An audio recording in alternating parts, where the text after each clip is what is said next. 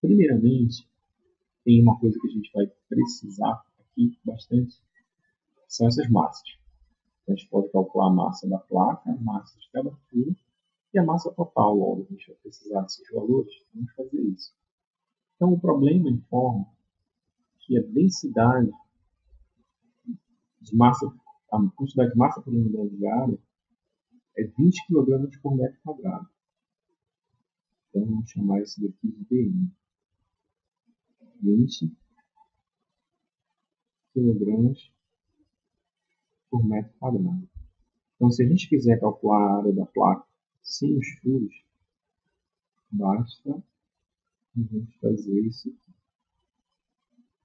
A área da placa vai ser igual a 0,4 metros, então transformando 400 milímetros para metro, vezes 0,4. Então, essa é a área da placa. O valor, fazendo cálculo, é 0,16 metros quadrados.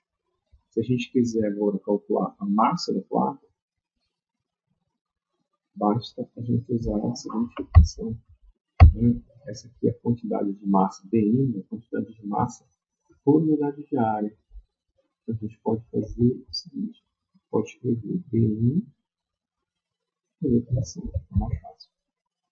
Esse BM vai ser igual a massa pela área.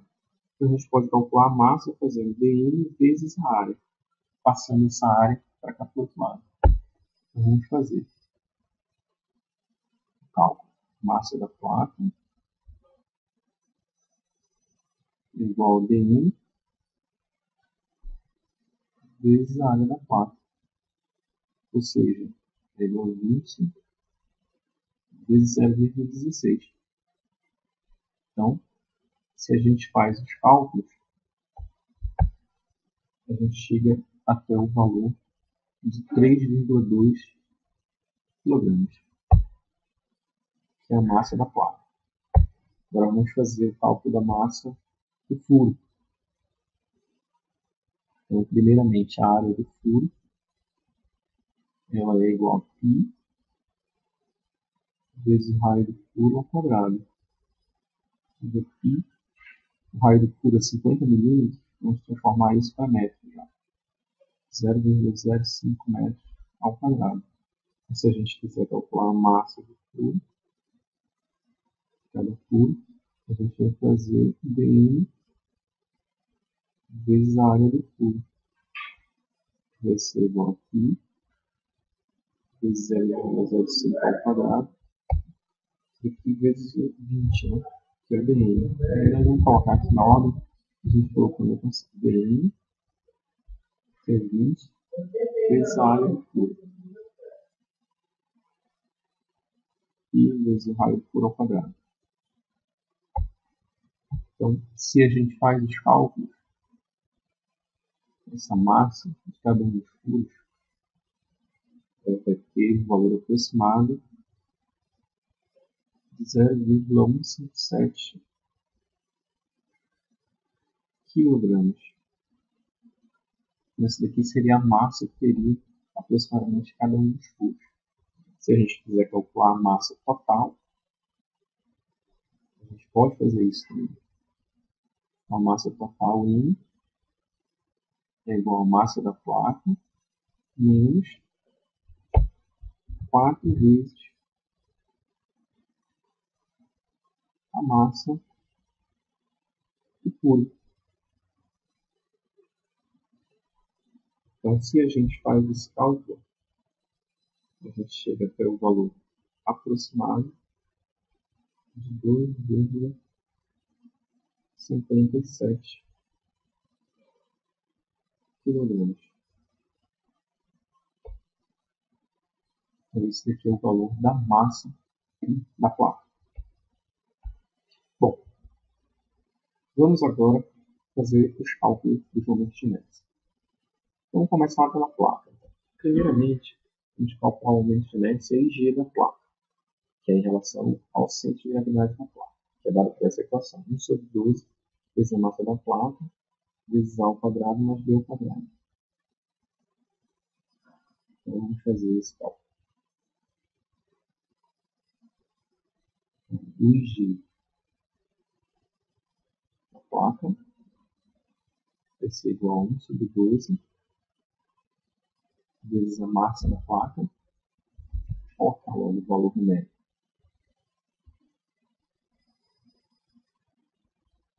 Da massa da placa. 3,2 vezes o A ao quadrado, 0,4 ao quadrado, mais o B ao quadrado, que também é 0,4, porque a placa é quadrada. Então, se a gente faz esses cálculos, a gente vai chegar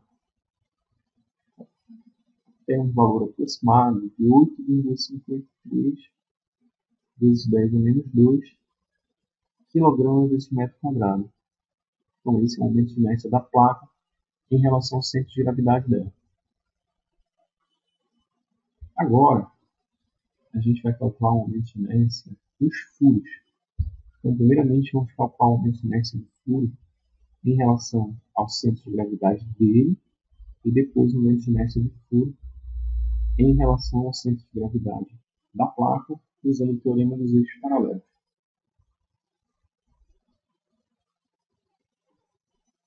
A gente pode fazer logo de uma só vez essa equação.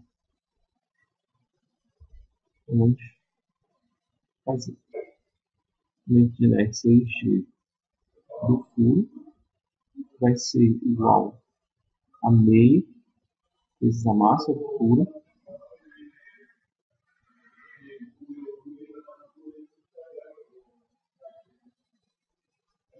que é aproximadamente 0,157 vezes o raio do furo ao quadrado